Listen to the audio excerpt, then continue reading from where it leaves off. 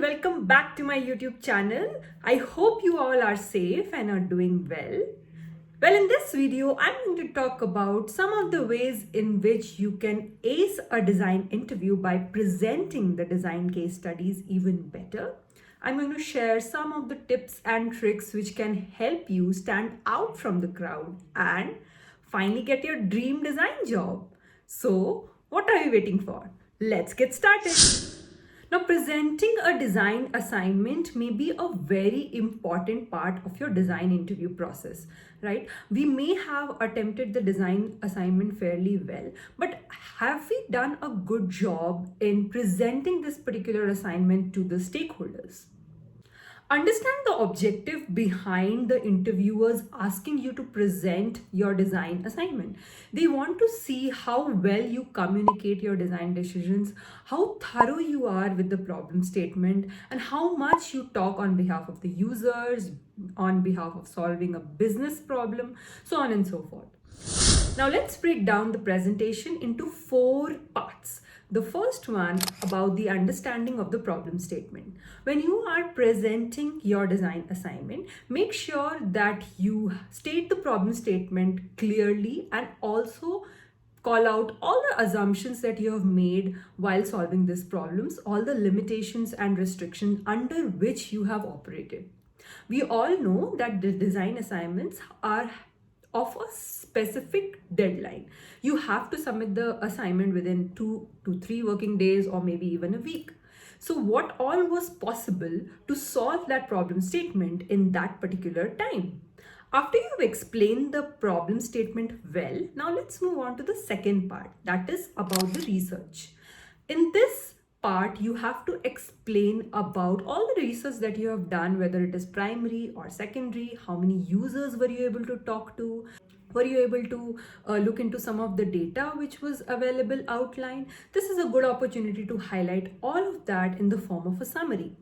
At this point in time, I would also like to mention about this website called baymard.com. I am going to put a link in the description box. It's a really awesome website which talks about the data on e-commerce website, various heuristic evaluation and some of the research which they have conducted. They have put curated links of all of that on this website. So do check it out if your design assignment is related to an e-commerce problem statement.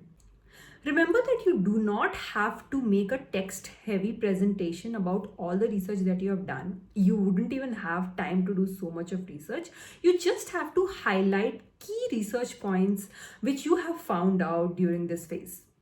The next and the most important part is where you talk about the explorations that you have done for this design assignment. This is actually the part which I like the most because I get to talk about all the explorations that I have done, all the different possibilities and iterations that I have gone through to arrive at the final solution. Remember that the more you iterate and the more you show about your iterations, we'll talk about your thoroughness and we'll talk about how much thought you have put into for this design assignment. When you are showing these iterations in your presentation, do call out why one iteration is different from the other and why did you switch to an iteration 2 over 1, or why did you choose a final third iteration over the other 2. This will make the interviewers understand that you have progressed in your design and it is based on some reasoning. Either it is research data or is it a user data or is it why you felt about going ahead with that solution. In this part, it will be awesome if you can also add some interactive prototypes into your presentation. The interviewers will be extremely delighted to see your prototyping skills where you can explain the flows even better. The last and the most important part is where you summarize the design assignment that has been given to you in the form of key learnings, key takeaways, what all did you get to learn new from this problem statement, and also talk about what you could have done if you had more time. Interviewers are also looking for how a candidate responds or how a candidate can perform when he or she has been given some kind of constraint or has to work in deadline, or if they have no limitation of any kind of data, and if they have access to all user information, how are they able to articulate their solution in that way? When you are concluding your design assignment presentation, do talk about what you could have done if you had more time or access to more data, or if there wasn't any constraints. Remember that a design assignment presentation is the only way to communicate to your interviewers or the company that you want to get hired into that how much you can talk about what you have designed. We as designers may do fairly a good job in, moving pixels and coming out with solutions, but talking on behalf of that solution and justifying your solution is extremely important.